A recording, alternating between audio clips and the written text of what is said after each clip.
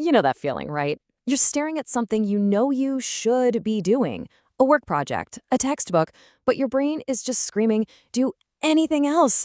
It's this constant battle, this tug of war between what's good for us in the long run and what feels good right now. So let's actually dig in and figure out what's going on in our heads when that happens. I mean, really think about it. You can get completely lost in a video game or scroll through your phone for hours, and your focus is just laser sharp. But the moment you try to study for even half an hour, it feels like climbing Mount Everest. What is going on there? Why is one so easy and the other so incredibly difficult? And this lays out the problem perfectly. On one side, you have all these easy, instant rewards. On the other, you've got the hard stuff, the things that actually build a better future. It almost feels like our brains are wired to sabotage us. But here's the thing. This isn't some kind of personal failure of willpower. It's just brain chemistry. To really get to the bottom of this, we need to talk about one very specific and honestly very misunderstood chemical in your brain. It is right at the heart of why we feel motivated or why we don't. So let's pull back the curtain on the real story of dopamine. Okay, so a lot of us have heard dopamine called the pleasure molecule. That's not quite it. It's much more accurate to call it the motivation molecule. See, dopamine is all about desire. It's the chemical that gives you that push, that drive to go get something because you anticipate a reward. It's the wanting, not so much the liking. So just how powerful is this stuff? Well, there was this famous and kind of chilling experiment with rats that shows it perfectly. Scientists put electrodes directly into the reward centers of the rats' brains, and every time a rat would press a little lever, zap, it got a direct jolt of stimulation, a pure artificial dopamine hit. The results were just insane. This drive for the dopamine hit was so powerful that the rats would do literally nothing else. They wouldn't eat, they wouldn't sleep, they just kept pressing that lever, over and over and over again, until they actually collapsed from pure exhaustion. That's the raw power of this reward loop. Okay, but what happens if you take it away? Well, when the scientists blocked the dopamine, the rats became the total opposite. They got so lazy and unmotivated, they wouldn't even get up to get a drink of water. They basically just lost the will to live. Now, here's the really important part.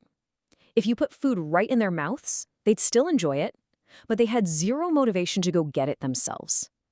That tells us everything. Without dopamine, there is no action. Now, you might be thinking, okay, that's interesting for rats, but what does that have to do with me? Well, that same system is being hijacked in our lives every single day. It's the reason so many useful things now feel, well, just boring. It's what we're calling the modern trap. Our world is just a minefield of these high dopamine triggers. Every time you scroll your social feed, every notification pop-up, every level you beat in a game, it's like you're pressing that same lever the rats were. We are constantly giving ourselves these huge, unnatural floods of dopamine, and we're always looking for that next hit. Now, our bodies are brilliant at one thing, finding balance. There's this system called homeostasis, and its whole job is to keep everything stable. It's simple, right? When you get cold, your body makes you shiver to warm up. When you get hot, you sweat to cool down. Your body is always trying to get back to its baseline. And guess what? That same balancing act happens with dopamine. When your brain is constantly getting flooded with these huge hits from your phone or junk food, it panics. It says, whoa, this is way too much, and it tries to find balance by down-regulating. Basically, it starts shutting down its own dopamine receptors to protect itself. And the result? Those crazy high levels become your new normal. This chart shows you the problem perfectly. It's exactly like building a tolerance to caffeine. That first cup of coffee in the morning feels amazing, but after a while, you need 2 cups just to feel normal. As you see here, over time, you need more and more stimulation just to get that same feeling, just to get that same motivational kick. You're just chasing a bigger and bigger high. And here's the real kick in the teeth. This is the real-world consequence. All of those important low dopamine things, like reading a book or exercising or studying, they just can't compete anymore. They don't give your desensitized brain a big enough reward, so they feel flat and boring and just not worth doing. So is that it? Are we all just doomed to be distracted forever? No, absolutely not. The amazing thing about your brain is that it can change. It can adapt. You can actually reset its sensitivity and take back control of your own motivation. So let's get into the game plan. First up is a strategy called the dopamine detox. The idea is really simple, even if doing it is kind of hard. The goal is to basically starve your dopamine receptors of all that high stimulation stuff. You're giving them a break, letting them recover, and reset their sensitivity back to normal. Now, for anyone who wants to just rip the Band-Aid off and see fast results, here's the full one-day detox. We're talking no phone, no computer, no TV, no music, no junk food. You have to literally let yourself be bored. You can go for a walk, you can meditate, you can write with a pen and paper, and that's pretty much it. It is tough, for sure, but man, it's a powerful reset button. If you're wondering why this works, here's a great way to think about it. Imagine you've been eating at fancy restaurants for a month straight. A bowl of plain rice would sound terrible, right? But what if you were starving on a deserted island? Suddenly, that same bowl of rice would be the best meal you've ever had. A dopamine detox does the exact same thing for your brain. It makes the simple, boring stuff feel interesting and enjoyable again.